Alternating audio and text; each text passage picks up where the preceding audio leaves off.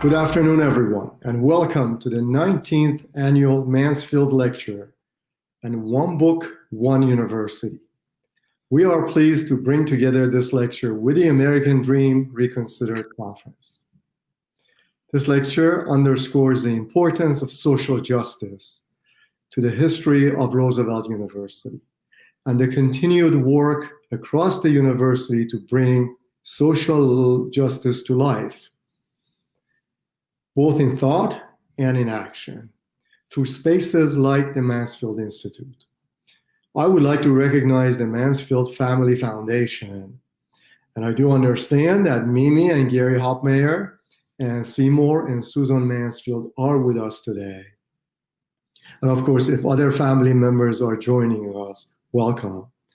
Thank you for having the vision to make the Mansfield Institute possible for Roosevelt University. Now, a special welcome to our first yearsers, our first year students, who are reading Luis Alberto Urrea's Into the Beautiful North. And through their first year seminars, they are getting to know one another in a virtual space. While not ideal, they are making it happen. Urrea's book provides a shared lens for students to think through together important aspects of life as you all move toward realizing your own dreams, including importance of family, ideas about national borders, immigration, struggle, and hope. What a timely discussion. Welcome to all the faculty in the first year seminars incorporating this book into their courses. And welcome, of course, to our author, our first ever virtual Mansfield lecturer. Now we'll turn the screen over to Dr. Heather Dalmage, Director of the Mansfield Institute and Professor of Sociology. Dr. Dalmage. Thanks, Ali. Welcome, everybody. I want to say a few words about the Mansfield Institute, who we are, what we do, where we've been. We have hundreds of students, alum, that have moved through the Mansfield Institute and are now out in the community doing wonderful work of leading and joining toward creating change and social justice in the world. In 2009, we embarked on a university-wide and community-wide project of disrupting the cradle-to-prison pipeline. Much of that work over the past 10 years or so laid a foundation that, together with groups that have been active in the communities, built the foundation that is now challenging violent policing and fascism that many folks are now seeing visibly, seeing much of the violence and the fascism that folks in Black and Brown communities and immigrant communities have been facing for years. In particular, I would like to recognize a few students. Richard Wallace, who's currently a Soros Fellow, has created an organization, Equity and Transformation. Gina Ramirez is working in environmental justice, currently trying to prevent toxic dumping on the Southeast side in a largely Latinx community. And then Samantha and Katia Martinez, who have started their own community organization, Engage Park, addressing many of the issues for undocumented families in the city of Chicago, and particularly Engage Park. These are just a few examples of the many students that have come through Mansfield and learned how to put the tools, the critical thinking that they're learning in their classes into action to create better worlds, to start bending that arc towards justice. And we so need arc bending right now.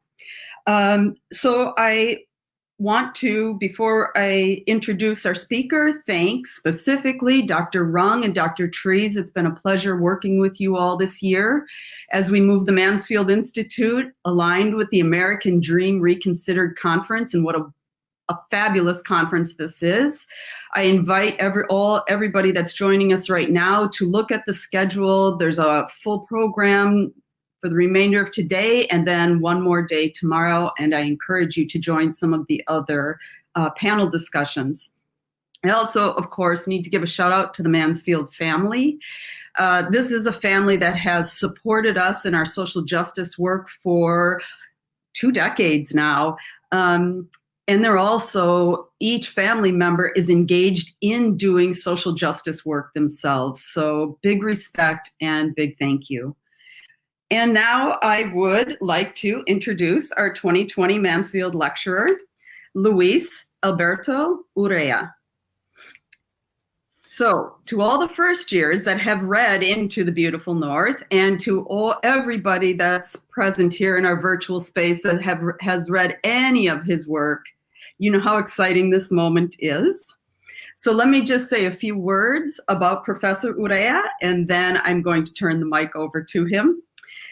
He is a distinguished professor of creative writing, author of 17 books, and I understand completing 18 now. Professor Urrea grew up across 2 cultures and lived always conscious of the borders, ideological, cultural, and objective.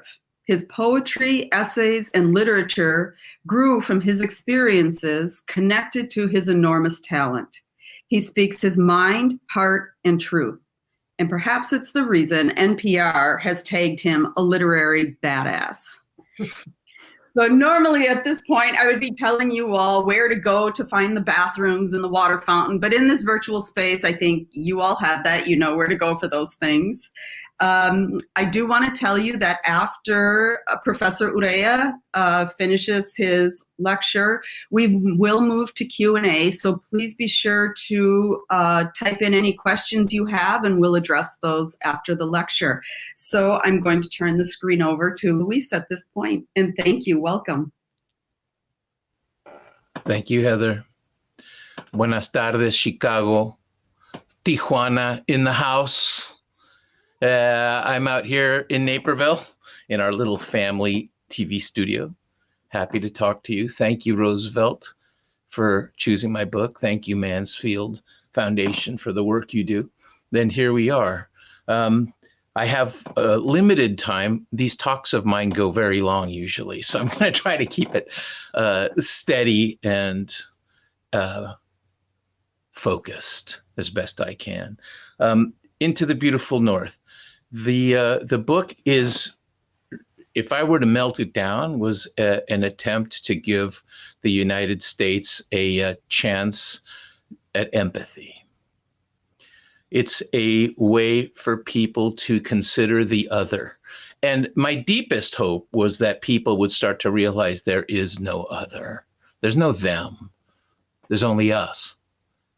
And when we treat a visitor, a stranger, a person from a different ethnicity, different gender assignment, whatever it is that we do, we are harming ourselves as people, as a culture, as a world, as we see happening now. And I've got to tell you, those of you who are reading it or have read the book, that Nayeli, probably her adventure couldn't happen now. Nayeli might not have been able to realize her hero's journey. She would probably be in an ICE detention center, being mistreated, sleeping on a floor. So let me tell you some stuff about the book, where it comes from. As I said, I was born in Tijuana. I come from Colonia Independencia, the colony of independence. My mother was American, my dad was Mexican.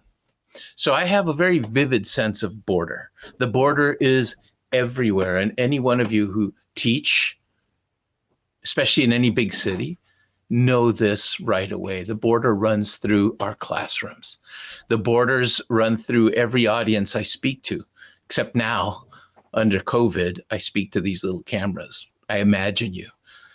But you can tell people are separated by things that aren't needed. In my sad apartment, once we moved to San Diego from Tijuana, you know, I've always kidded because my parents weren't a happy couple necessarily, that the kitchen was the United States and the living room was Mexico. In the kitchen, I spoke English and my mother called me Luis. And in the living room, we spoke Spanish and my dad called me Luis. or certain Spanish expletives. You know how we like to cuss, those of you who are Latinx. So I've always had this sense. And I've been involved in social justice work a very long time. So I really resonate with what you guys are doing and what you want to do. In the briefest sense, I can just tell you that after I graduated from college, I was the first of my family to go to university. I wanted to do something of meaning. And I had been disturbed by the split in my perceptions of Tijuana. Because when I was a little boy living in Tijuana, Tijuana was magic. It was beautiful. It was my homeland. It was where the cool dogs were and the tortillerias and my grandma, Spanish, all of it. Everyone I knew was Mexican and spoke Spanish. And then I went to university and I was living in a world with very few Mexicans. And in Southern California, especially in those days, there was not an overall warm vibe about us. Certainly about my family. I could pass. I look Irish because of my mom, right? But I saw my family suffering. Anyway, I graduated from college and I joined a relief crew in Tijuana because I felt it was important to give back. I always wanted to be a writer. Those of you who are writers, drop me a line. I can probably help you. But I always wanted to be a writer. I was always writing. But being a poor boy, you know what it's like. I understood Nayeli because her story was a more radical version of my story. I wanted to make it. I wanted to get out of need and worry and panic and so forth. But those years working in Tijuana and all over Baja California with migrants, indigenous people, garbage pickers, beggars, prostitutes, prisoners, orphans, and orphanages changed everything. And I realized that I wanted to do a work of witness. I didn't know what that phrase was, but I knew in my gut that's what I wanted to do, bear witness. And so I've sort of relentlessly followed that path. Didn't ever think I would really have great success, but I wanted it. Who doesn't? So this book comes out of some things I want to tell you. There's a lot to say, more than I have time to say. But in some ways, it's a response to the first book I published that became a bestseller, which is a nonfiction book called The Devil's Highway.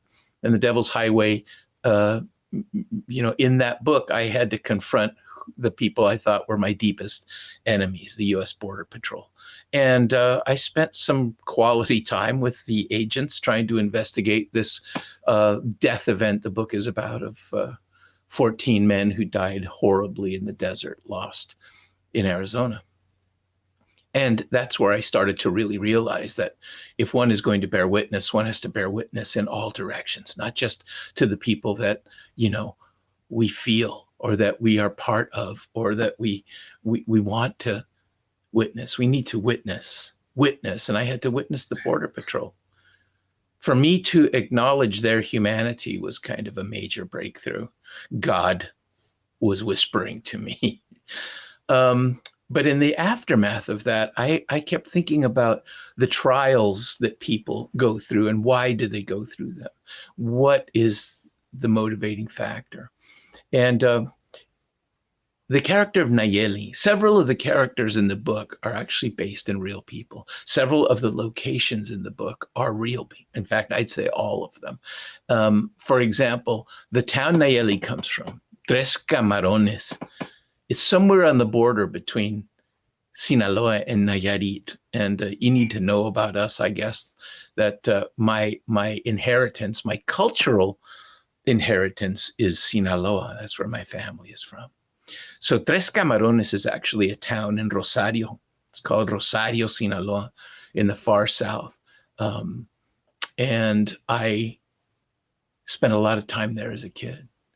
And for example, the movie theater in the novel is actually my uncle's movie theater. Okay, El Cine Pedro Infante. But during those years of working in Tijuana, I got to know this woman named Negra. Negra picked the trash in the Tijuana municipal garbage dump. And I once asked her, are you going to go across the border? You know, wink, wink. Are you going to go? And she said, why would I go? ¿Pa qué voy pa allá? No es mi país. She said, you know what's wrong with the US? You guys don't know how to party. Here in El Dompe, if we have a party, we just light a bonfire in the middle of the street. You can't do that. No, I'm not going where I'm not wanted. I'll never go unless I get papers, which really struck me because a lot of my own relatives did indeed come. They were much better off than she. But she had children. And one of those children was named Nayeli. And Nayeli was not allowed to pick trash. In fact, Nega pushed her to go to school. She was using her earnings to help her daughter get an education to do better. Next generation does better, kind of like the American dream. So I asked her one day, Oye, Negra, why don't you let your daughters pick trash like you did? And she said, Oye, compadre, you know how when you're working, you're really busy, there's a rush on, and you might have a pebble in your shoe or a twig, and it hurts, but you don't have time to stop. You got to keep working. I said, yeah, I do. She said, well, that happened to me. She said, I was picking, and the trucks had brought in a bunch of new trash. There was something in my shoe. And she said, I didn't have time to take my shoe off and shake it out. So I kept working, and ay, que me estaba molestando, you know, it hurt my foot. And she said, and I stopped finally in a break, and I took my shoe off. And you know what was in my shoe? And she did this gesture, a human finger. She said, when I pulled that finger out of my shoe, I knew that I would never let my daughters do what I had to do. Kind of moving. So when it came time to write this book, and I wanted to write this fable, and I wanted it to be a love song to the United States, that's why it's called Into the Beautiful North, but it's also a love song to Pueblito, Mexico, you know, the small towns of Mexico that I adore.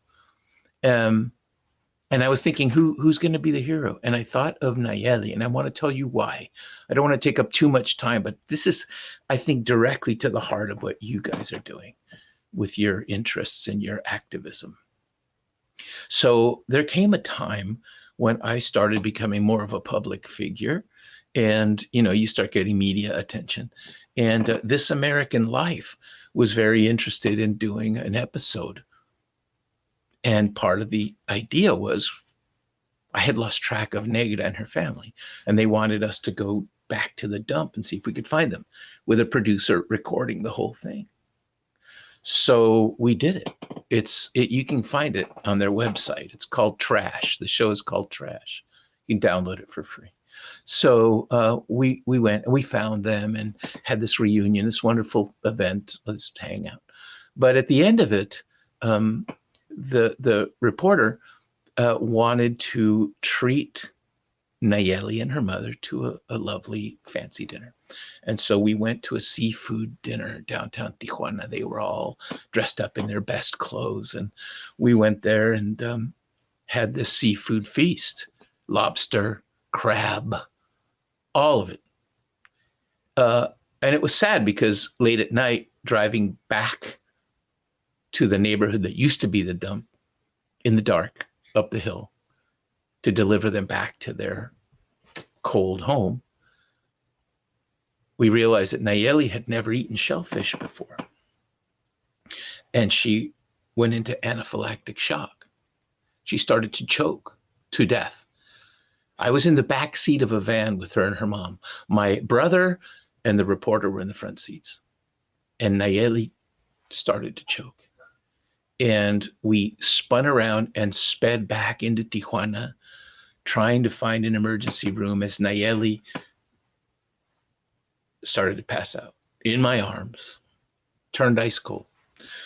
So we found a clinic, a private clinic. My brother found it, and he rushed into the parking lot, and he and the reporter hurried in, and Nega and I had Nayeli in our arms, and we're taking her into the door, passed out, eyes rolled up, trying to breathe.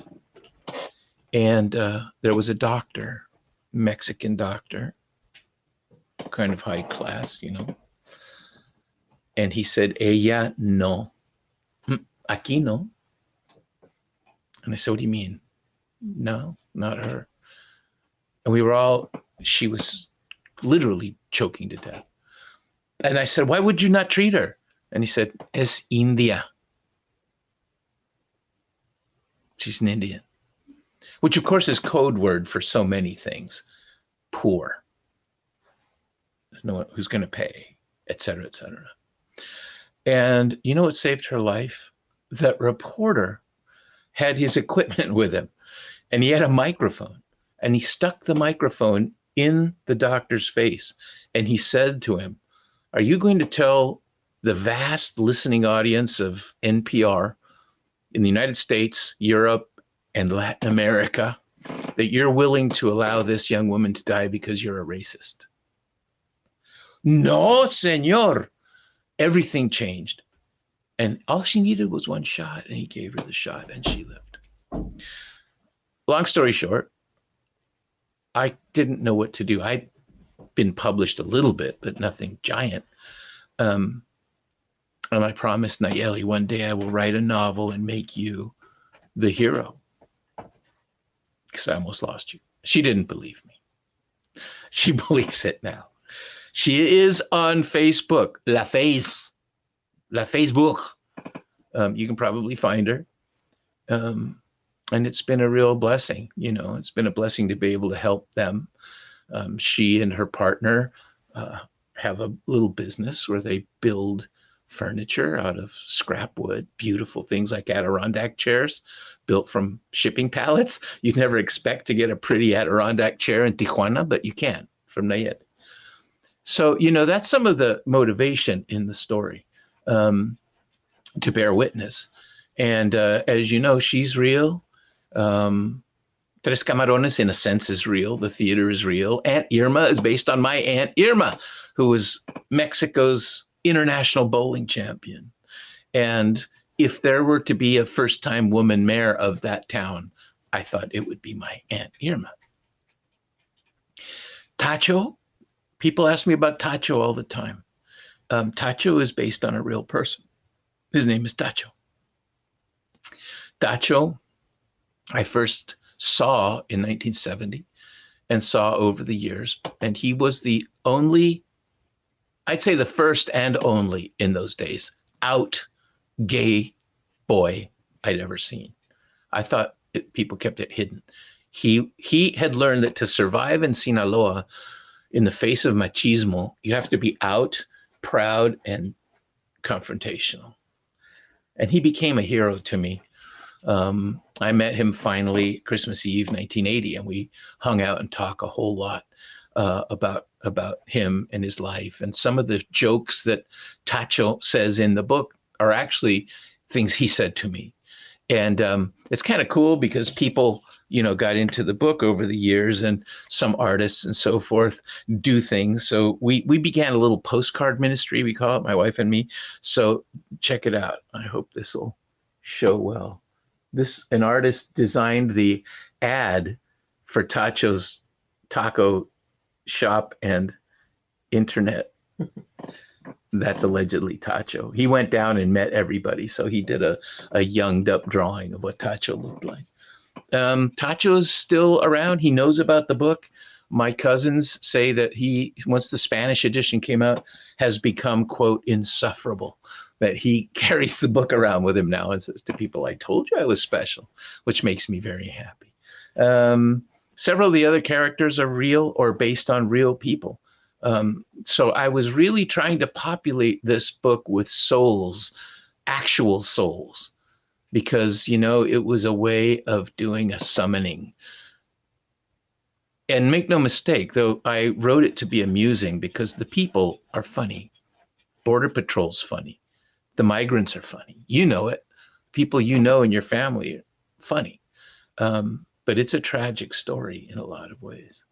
But I will say, probably the goofiest and funniest character is Atomico, the Tijuana samurai.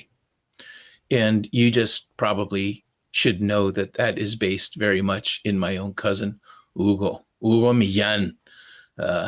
Hugo Millán, who still lives in our grandma's house on Rampa Independencia, and did in fact announce that he was going to be Tijuana's first ninja samurai warrior, and in some weird way trained himself to do so, which I just loved.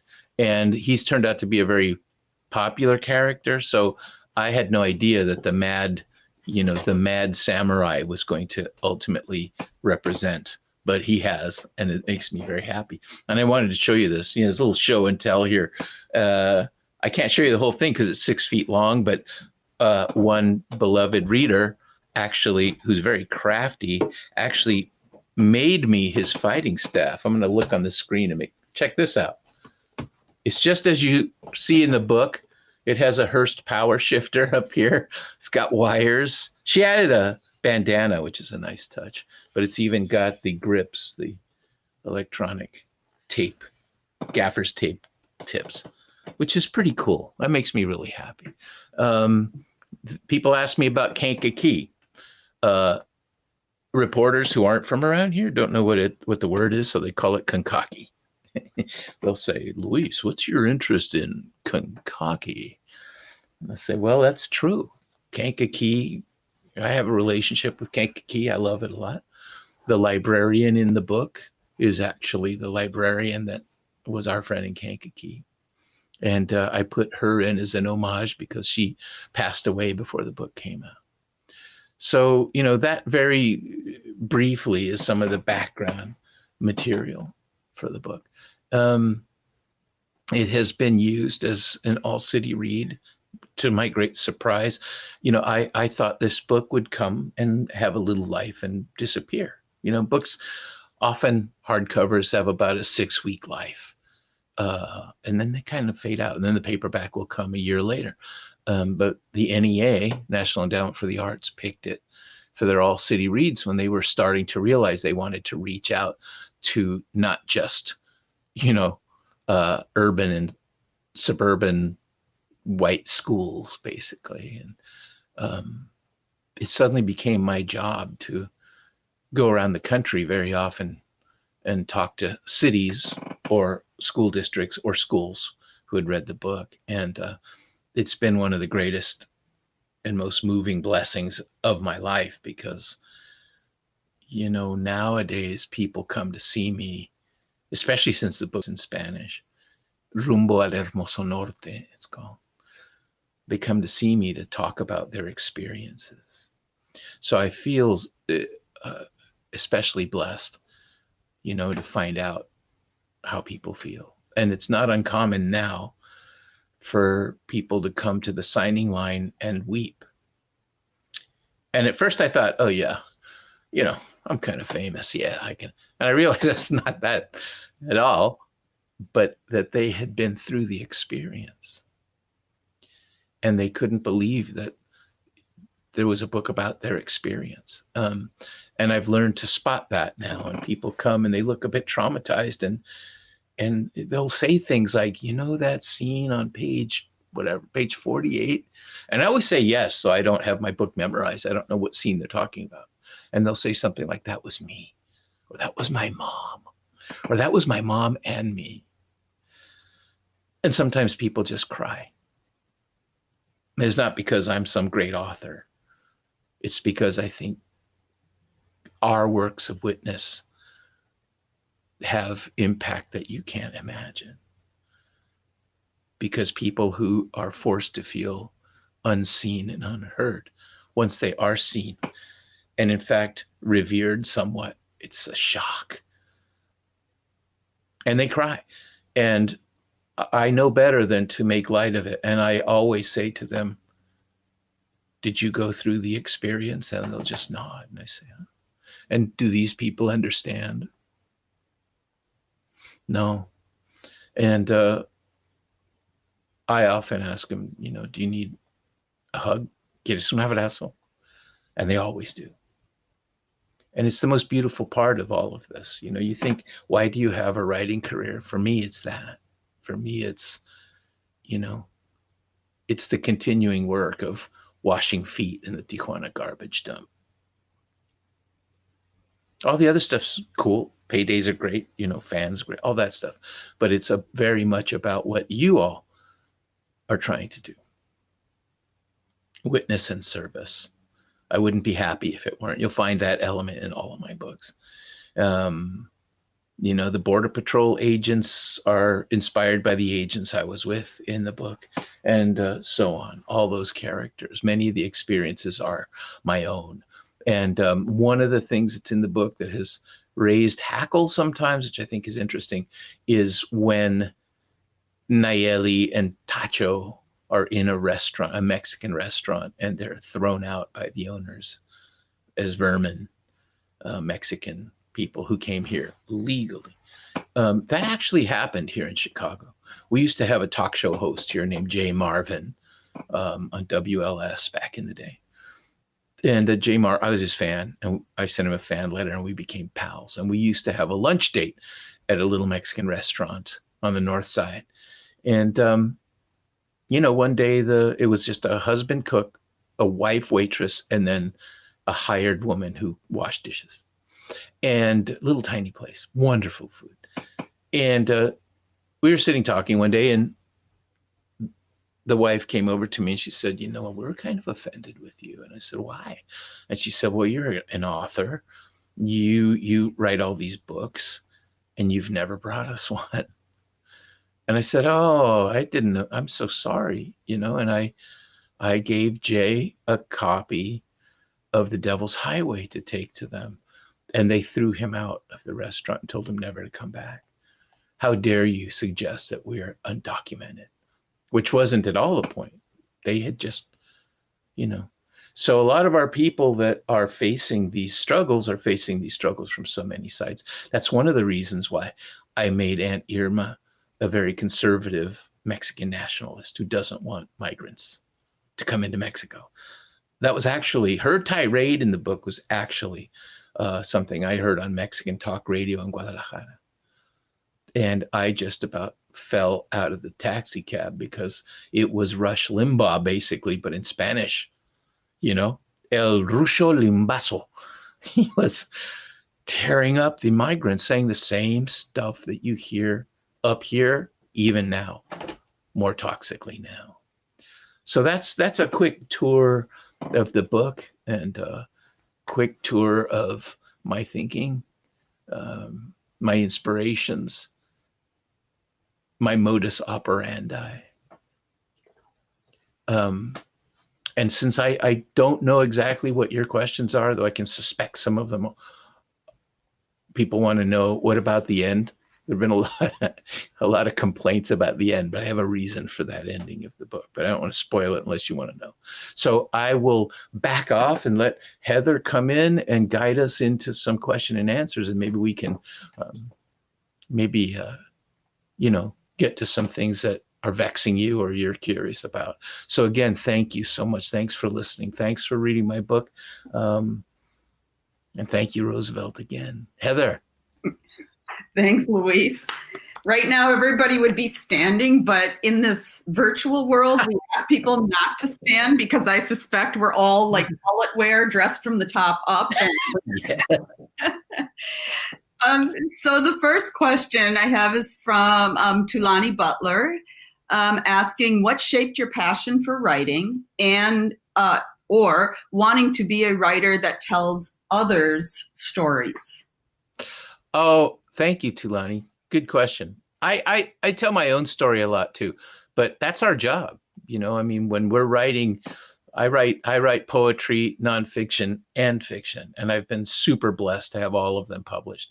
You know, partially because I was a blue collar working class boy. My dad worked in a bowling alley, and before that he was a bakery truck driver, and before that he was a busboy and worked in a tuna cannery. So I thought, you know, I thought we were crafts people, if that makes any sense. So you have to be able to, I thought, know how to use all the tools in the box, right? Until I got to university, because at the same time that I was writing, I was an artist, and I was actually publishing cartoons and illustrations. People usually don't know that.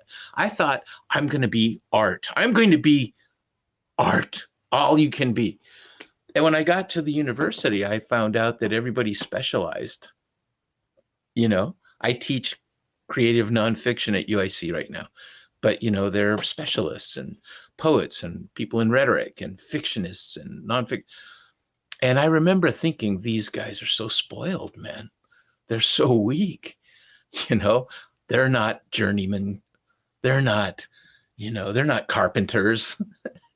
And the poets wore black turtlenecks and held their cigarettes like this. I thought, no way, dude. No. So I wanted to do it all. And it was just an obsession, probably because I loved to read, right? I was a book boy. What was the first, Heather, what was the first part? What shaped your passion for writing? Oh, that was it. And then the second part was, or wanting to be a writer that tells other stories. Oh, yeah. I think I tried to give you an omelet answer with both things mixed in, but just that, I think if you're going to do this work and you have the gift of telling and you have the immense blessing of being listened to, then it's time to tell the stories for people who have trouble getting heard, especially now, especially in the atmosphere we're in now. You know what I'm saying? You do know what I'm saying. People who are fearing ICE, people who are, fighting for BLM, people who are fighting for LGBT rights, and it's amazing when people know they have allies. The Jesus fixation makes you feel like I can be their champion. I'm not interested in that. I'm interested in being an ally. Yeah. Wonderful. So since you're good with the omelet, I'm going to throw you questions.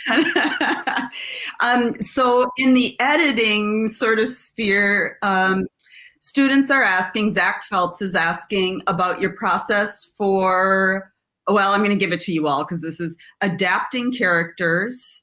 And then Marie Elaine is asking how to become a good writer. What are your tips? And then Adnan Basic is asking about tips for editing your own work. And I think that we'll stop there because then the next become more specific. All right. Yeah. How do you become a good writer? You just keep your butt in the chair and you try and try and try again.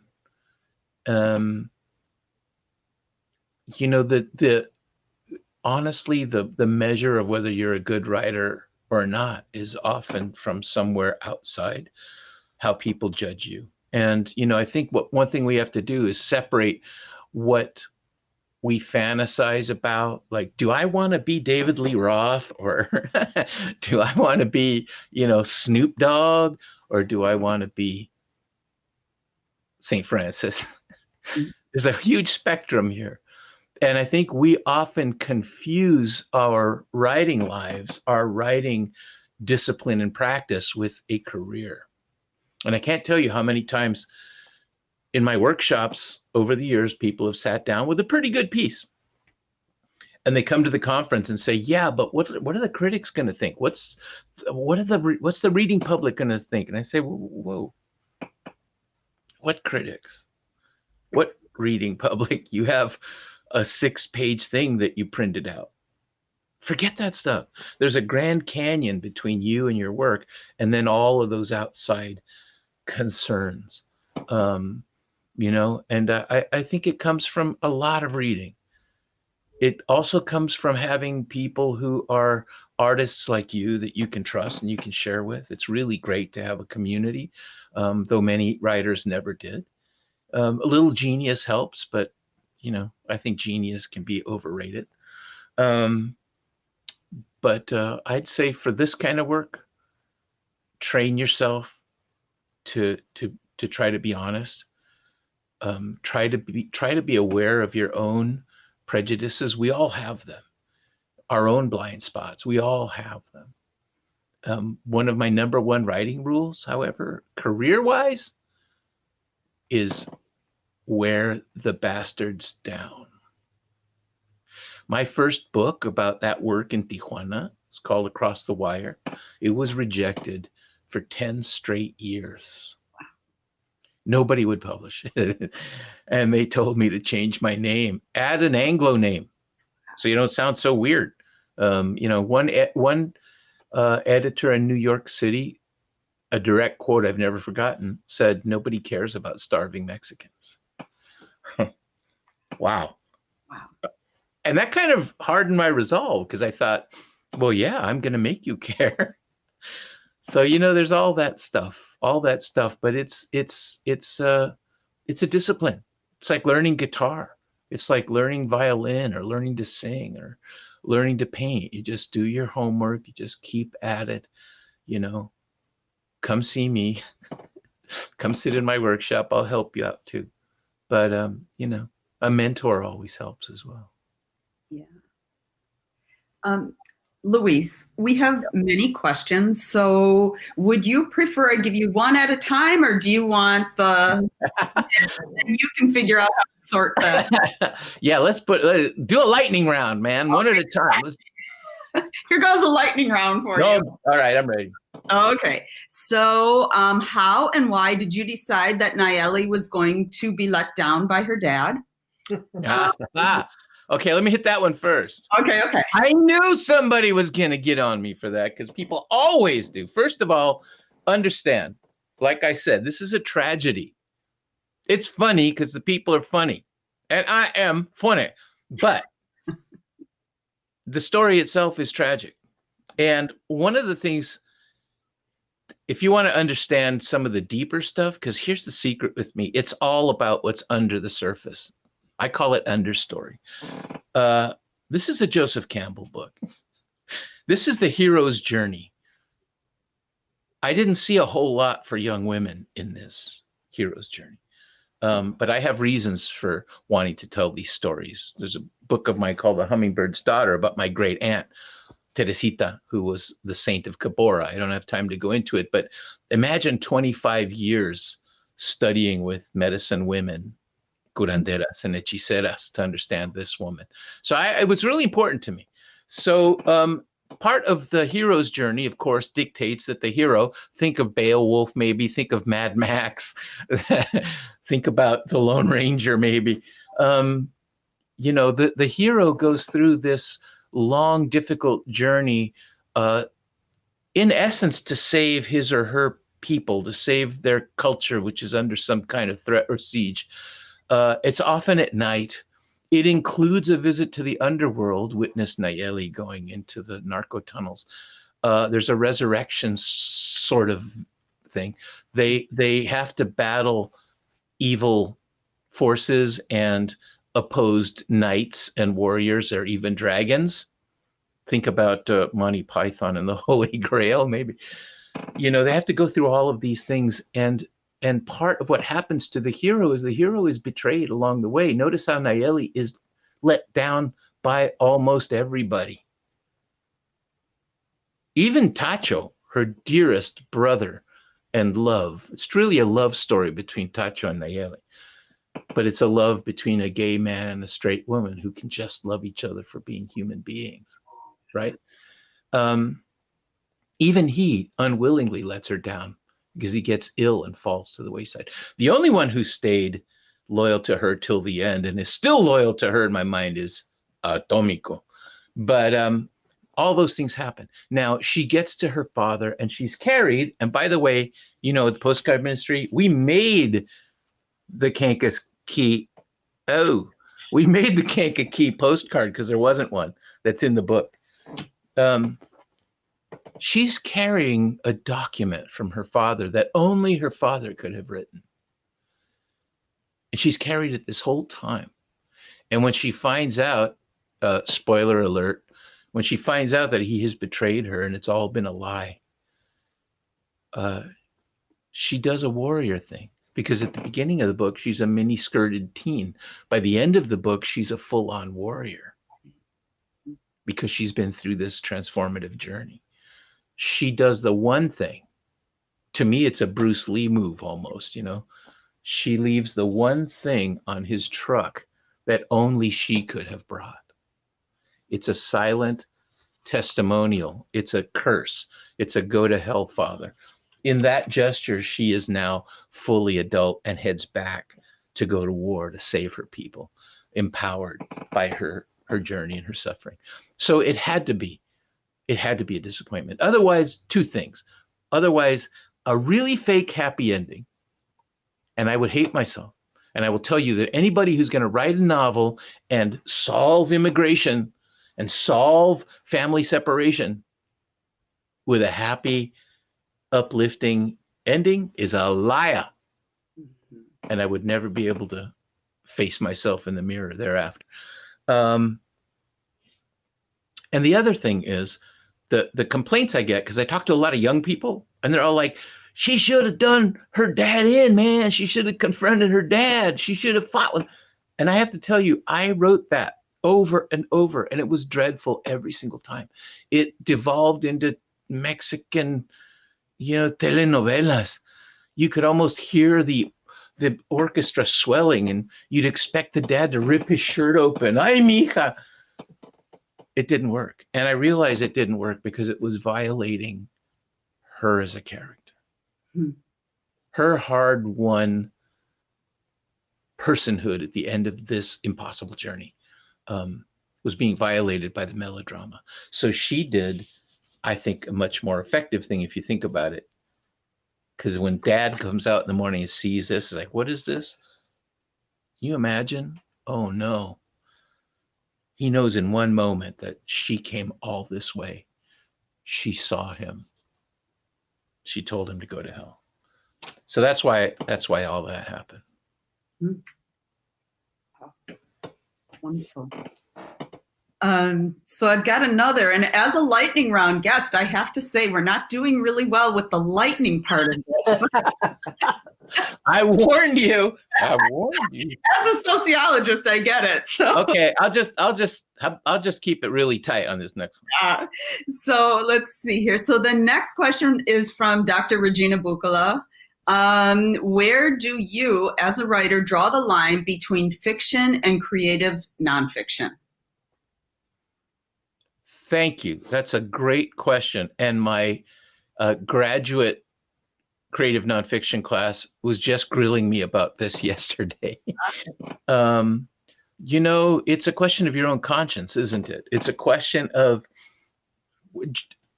Richard Rhodes calls this genre of creative nonfiction verity. And I think one needs to understand that almost anything we write is fiction because it's me telling a story to you. So it's not your perception.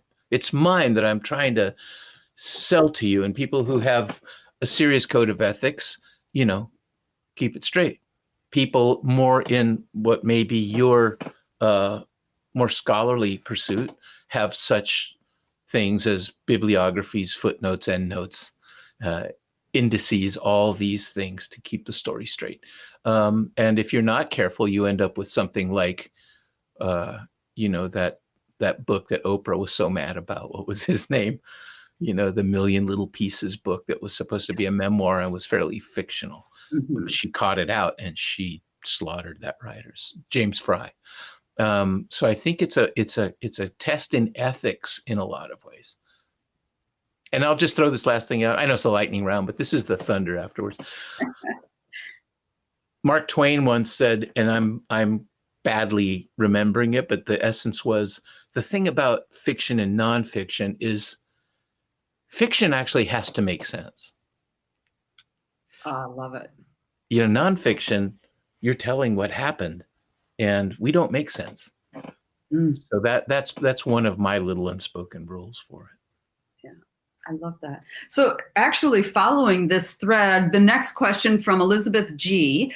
Can you comment on the duty and responsibility of storytelling in relation to the controversy, another book, American Dirt, and also to the work of Latino authors such as Julissa Arce?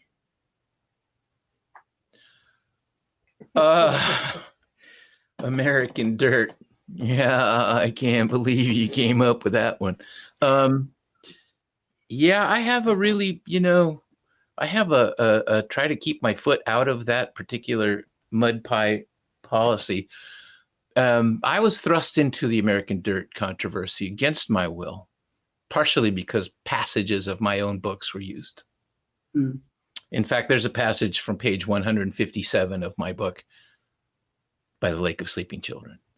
And that was really weird and awful. And it turned into this incredible firestorm amongst Latinx writers. And the media was wanting me to constantly, air my umbrage. And I wouldn't do it. I didn't want to talk about it. Though I did agree to talk to Maria Hinojosa, the only host I would talk to about it, on Latino USA. So it's on their website, and you can hear us all talking about it, including Jeanette herself trying to defend herself for it, but Sandra Cisneros and a couple of us talking about it. Latinx writers, we're all different. We're all humans. I think that we have a brilliant fraternity and sorority of writers. I was lucky enough to just do a long essay for Poetry Magazine, Juan Felipe Herrera's new book of poetry. I think witness is always very close to the surface for all of us, particularly in these days. And I love many of my colleagues in it, and I try to do a lot, judge competitions, try to hook up younger writers with publishers and so forth. Stuff you do. But yeah, I'm a big advocate for it on all the levels. Yeah, it's so important, that role of mentoring and in the process. So we have time for one more question. Okay. There are many, many more, and in a traditional in-person space, they would be lined up down the hallway waiting for you to sign a book, and then could follow up and ask this question. But I will make sure that all of these questions get to you, and so yeah. So okay. The last question then from Nana Avila. I know a lot of the girls from my village in Jalisco call me pocha and try to sell me things more expensive when I buy from their stores.